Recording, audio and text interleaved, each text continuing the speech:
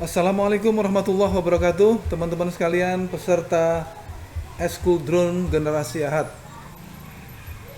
Kali ini Ustadz akan memberikan tutorial dasar tentang bagaimana kita bisa mengendalikan atau melakukan piloting terhadap drone yang akan kita jalankan ya. Nah, ini di layar kelihatan Ustadz punya drone nih ya. Nah, ini di layar Ustadz punya drone ya. Nah, ini Ustadz bisa kendalikan ini dari remote ya. Nah, sementara dua kotak ini ya, yang hijau ini adalah posisi stick daripada remote ya. Yang ini sebelah kiri, remote-nya di paling bawah. Artinya throttle-nya di paling bawah. Baling-balingnya berhenti ya kalau di paling bawah. Nah, yang kanan ini selalu posisinya di tengah. Ya, posisinya selalu di tengah. Kalau kita lepas dia di tengah, di posisi center ya. Nah, bagaimana caranya mengendalikan ini? Seperti yang Ustadz dulu pernah sampaikan pada saat pertemuan pertama Eskul Drone. Nah, kali ini Ustadz akan memberikan lebih detail lagi tentang bagaimana caranya mengendalikan drone dari remote ya. Nah, ini coba Ustadz naikkan dulu drone-nya ya di posisi tertentu. Di posisi situ. Nah, ini kelihatan drone-nya dari bawah ya. Nah, ini di software ini Ustadz bisa memberhentikan drone-nya. Nah, kita coba ulas satu-satu.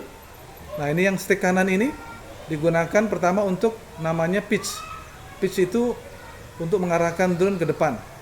Nah, ini sampai dia mentok. Nah, kurang lebih begitu ya. Ini mengarahkan drone untuk maju ke depan. Kalau kita lepas sticknya berada di tengah ya. Kalau kita tarik ke belakang, maka drone ini akan mundur ya, melakukan gerakan mundur. Sementara kalau ke kanan ini namanya roll ya. Roll ini berarti dia bergerak ke kiri kalau kita arahkan sticknya ke kiri, dan bergerak ke kanan kalau kita arahkan sticknya ke kanan. Jadi ini pitch ya. Pitch depan, pitch belakang, roll kanan, roll kiri ya. Right roll, left roll ya. Nah, itu dia. Ini stick ke kanan. Sementara stick kiri, nah ini dia. Nah, stick kiri ini digunakan untuk namanya throttle. Throttle itu adalah gas. Kalau di mobil itu ada gas kan, ada pedal gas yang digunakan untuk mengatur kecepatan ya. Nah, dalam hal ini adalah kecepatan perputaran baling-balingnya atau propellernya ya. Nah, ini kalau coba Ustadz naikkan, maka nah itu suara baling-balingnya semakin tinggi, semakin tinggi, semakin tinggi ya. Nah, itu drone-nya nanti pasti akan naik ke atas ya. Nah, bagaimana caranya kita mengatur ketinggian drone? Nah, disinilah di throttle inilah kita mengatur ketinggian drone supaya stabil di ketinggian tertentu. Nah, kenapa Ustadz tidak menyarankan untuk membeli drone yang ada fasilitas altitude hold-nya? Jadi drone-nya bisa berada pada posisi ketinggian tertentu tanpa kita harus atur. Ya, Ustadz tidak menyarankan untuk membeli drone yang memiliki fitur atau memiliki fasilitas altitude hold, karena Ustadz ingin teman-teman bisa melakukan pengaturan ketinggian secara manual sendiri dulu ya, sehingga kita punya keahlian, punya feeling untuk bisa menahan ketinggian drone di ketinggian tertentu ya, tanpa harus menggunakan fasilitas yang ada di drone itu sendiri. Nah, itu nanti lagi ya, kalau kita sudah mahir, sudah jago mengendalikan drone, maka kalau kita mau membeli drone yang mahal seperti misalkan drone DJI dan yang lain-lainnya, maka itu tidak masalah, karena memang itu fasilitas yang digunakan untuk memudahkan kita dalam pengambilan video atau gambar melalui drone. Nah ini tadi throttle ya. Nah, ini kalau naik turun ya, kecepatan tinggi, kecepatan rendah. Nah, kalau ke kiri apa? Kiri ini namanya yaw ya. Nah, ini kalau drone-nya ke kiri, dia akan berputar ke kiri ya, namanya yaw. Ini left yaw, ini right yaw ya. Berputar kanan, berputar kiri. Nah, Ustadz dulu pernah menyebutkan ya ke teman-teman, mewanti-wanti kepada teman-teman, kalau kita mengendalikan drone, kita harus tahu mana depan, mana belakang, ya. Nah, depannya mana? Kalau kita arahkan pitch-nya ke depan, nah berarti depannya yang menjauhi kita itu ya, nah, depannya. Kalau ke belakang sini, berarti ekornya nih, yang ada lampunya ini berarti ekornya ya. Nah, kalau drone-nya posisinya seperti ini, maka ke kanan adalah ke kanan, ke kiri ya. Begitu ya, kalau ke depan, ke belakang ke belakang. Tapi kalau posisi drone-nya berbalik arah ke arah kita, maka kalau kita arahkan ke depan, justru dia akan mengarah ke kita, ya. Kalau kita mundurin, justru dia malah menjauh. Jadi kebalikannya, ke kiri dia ke kanan, ya. Ke kanan dia ke kiri. Demikian juga yo-nya, yo ke kanan dia, itu dia arahnya ke sana ya. Tetap dia ke kiri atau ke kanan kalau yo-nya. Kalau kita lihat dari orientasi drone-nya sendiri. Jadi teman-teman harus diingat-ingat posisi drone untuk awal-awal sebaiknya mengarah ke arah luar ya, seperti ini. Ke depan, belakang, kanan, kiri ya. Naik, turun ya. Nah, ini posisi yang memudahkan kita untuk mengendalikan. Kecuali nanti sudah mahir, posisi begini nggak apa-apa ya. Mau ke itu ke kanan tapi arahnya ke kiri, ini ke kiri tapi ke kanan ya. Kurang lebih begitu teman-teman sekalian. Nah, berikutnya adalah kita perlu melihat atau perlu mengerti tentang jenis-jenis drone ya. Yang pertama Ustadz kenalkan ini adalah drone yang modenya, ini bisa dilihat di sini. Modenya adalah mode angle ya. Mode sudut. Nah, ini mode yang sekarang teman-teman pakai ya. Yang tipe yang teman-teman pakai itu adalah mode angle. Kenapa disebut mode angle atau mode sudut? Karena pada saat kita belokkan ke kanan, ya kita arahkan ke kanan, walaupun posisi sticknya sudah maksimal, dia akan membentuk sudut seperti itu ya. Tidak akan lebih dari sudut itu. Demikian juga kalau ke kiri, dia akan maksimal seperti itu posisinya, membentuk sudut. Ya, demikian juga kalau ke depan, dia tidak akan jungkir balik ya. Posisi sudutnya seperti itu. Demikian juga kalau ke belakang, dia akan membentuk sudut seperti itu. Makanya disebut mode angle. Tapi kalau kita masuk ke mode yang lain, ada namanya mode horizon. Mode horizon itu bagaimana? Nah, mode horizon itu sama dengan mode angle, tapi dia tidak membentuk sudut nih. Ya. Kalau Ustadz ke kanan kan, dia akan melakukan perputaran. Ya kan, berputar 360 derajat. Demikian juga kalau ke kiri ya.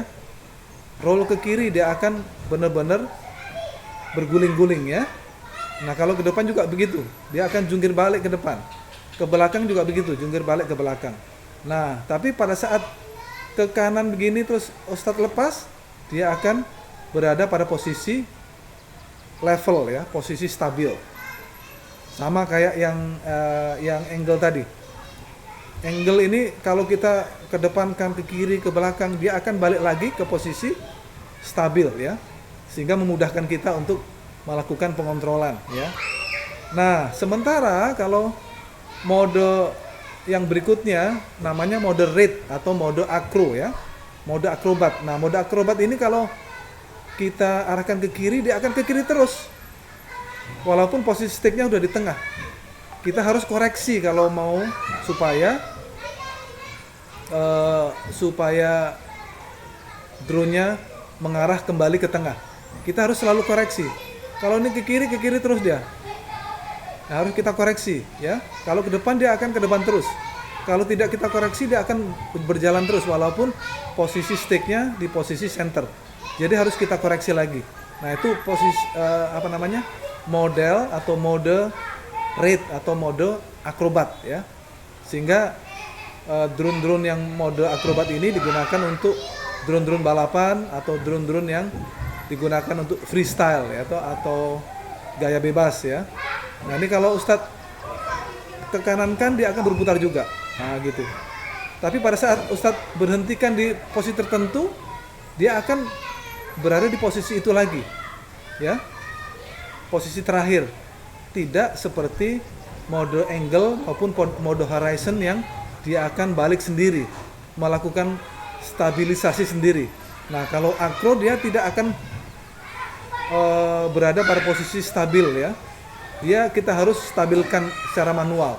Nah, ini memang akan memerlukan memerlukan keahlian khusus untuk kita bisa mengendalikan drone yang mode raid ya atau mode acrobat ya. Nah, untuk ini nanti tingkat lanjutan dari school drone ya. Nanti mungkin kalau sudah kita ahli di mode angle maupun mode horizon, kita akan masuk ke mode acrobat ya. Nah, kita balik ke mode angle lagi ya. Kita coba demonstrasikan di sini. Kita lepas freeze-nya ya. Nah, kita jalankan coba drone-nya ini. Nah, kita jalankan ke depan. Nah, ini ada tempat yang kita gunakan untuk melakukan hovering namanya ya. Nah, teman-teman harus bisa hovering ini. Jadi memposisikan drone di titik tertentu. Jadi drone-nya harus berada di lingkaran yang berwarna ungu ya. Ketinggiannya juga dijaga, jangan sampai jatuh atau jangan sampai lari ke atas ya. Ketinggiannya betul-betul harus dijaga ya. Nah, ini latihan hovering ya. Kalau dia ke kiri kita ke kanankan, kalau ke depan kita ke belakangkan ya. Gitu ya. Posisinya juga harus selalu berada di posisi purple, di lingkaran purple ya. Nah, ini dia. Nah, ini teman-teman harus latihan supaya tidak terlalu tinggi atau tidak jatuh ke tanah drone-nya ya.